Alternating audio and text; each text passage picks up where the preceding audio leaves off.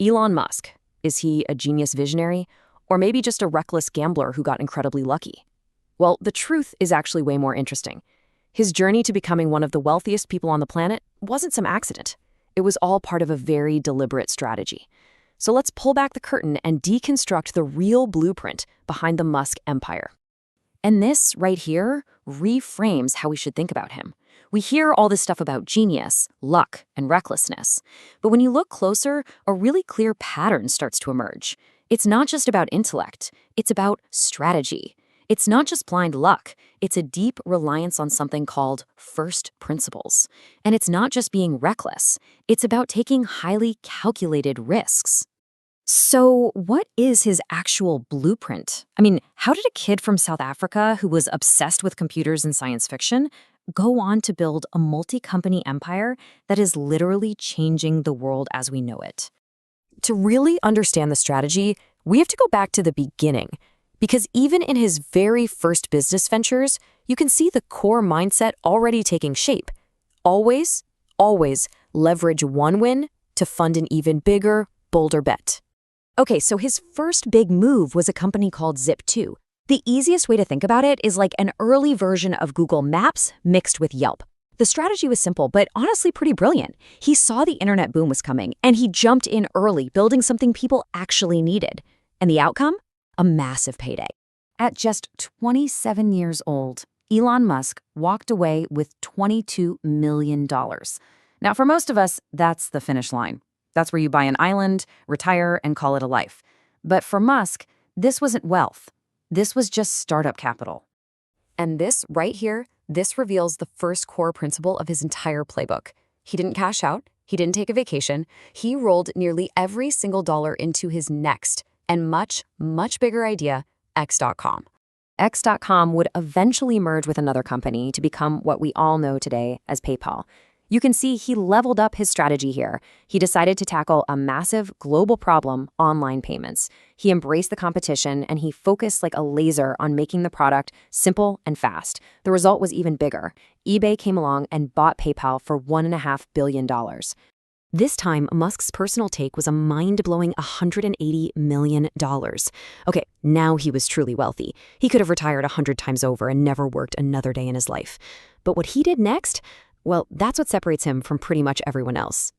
This newfound wealth led him to what I call the all-in gamble, the single move that really defines the entire Elon Musk legend. He didn't just invest his new fortune, he bet the entire thing. I mean, just look at this breakdown. It's staggering. There's no diversification, no safe bets. He poured $100 million into SpaceX, a private rocket company that most experts called impossible. Another $70 million into Tesla, which was just a struggling electric car startup at the time, and $10 million into SolarCity. He went all in on industries with gigantic long-term potential, but absolutely zero guarantee of success.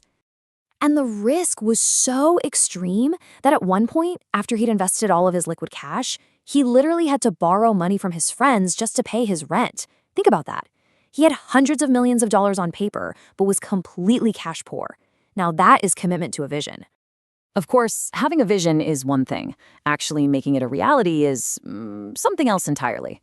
Both of these companies came incredibly close to total failure, and engineering them out of that hole required a completely unique approach. You know, when Musk got involved with Tesla, electric cars were basically a punchline. The entire auto industry laughed at the idea. But he saw the signals that everyone else was ignoring. Oil prices were going up, people were getting concerned about the climate, and battery technology was getting better and better. His strategy wasn't about marketing. It was all about engineering excellence and thinking in decades, not in fiscal quarters. And if Tesla was a challenge, SpaceX was pure fantasy, and it came terrifyingly close to just disappearing. The first rocket launch failed. The second one failed. The third one failed spectacularly, destroying NASA satellites along with it. The company was on its last legs with just enough money for one final shot. But that fourth launch, it worked. It actually reached orbit. And that one single success was enough to secure a life-saving contract from NASA that changed absolutely everything. This is his strategy in its purest form, just relentless persistence against impossible odds, betting everything on your own engineering. So, now that we've seen the story, let's actually deconstruct the blueprint itself. How does his wealth really work? And what are the core strategic pillars that are holding it all up? Okay, this is crucial. Musk doesn't get rich from a salary. In fact, he takes a $0 salary from Tesla. Nothing. His wealth is built entirely on owning a piece of the company, on equity and performance-based stock options. He only wins if the company succeeds and its value grows. So his incentives are completely aligned with long-term growth. Now, at the very heart of his problem solving is this idea, first principles thinking. So instead of saying rockets are expensive, he asks, well, what are rockets made of? What is the actual raw cost of aluminum, copper, and fuel? He breaks every problem down to its fundamental physics and then built his solution up from there, completely ignoring the way it's always been done. So when you put it all together, the playbook looks something like this. First, he only works on problems that affect humanity on a massive scale. Then he reinvests nearly everything he makes. He's always planning for the next decade, not the next quarterly earnings call. He builds platforms, like SpaceX's launch system, not just single products. And finally, he maintains extreme ownership over the engineering, the design, and the execution. Now here's the thing. You don't have to be building rockets to actually use this mindset. The final part of this explainer is all about how you can translate these massive strategies into a blueprint for your own thinking. So how can you apply this? Well, it starts with betting on yourself by reinvesting in your own ideas and your own skills. It means thinking long-term, looking beyond all of the immediate noise, and focusing on solving real problems that matter to you. Take calculated risks, build tangible, valuable skills, and, maybe most importantly, never let the fear of failure stop you from trying something big. In the end, Musk's story really teaches us that wealth isn't just a number in a bank account. It's the outcome of a very specific mindset.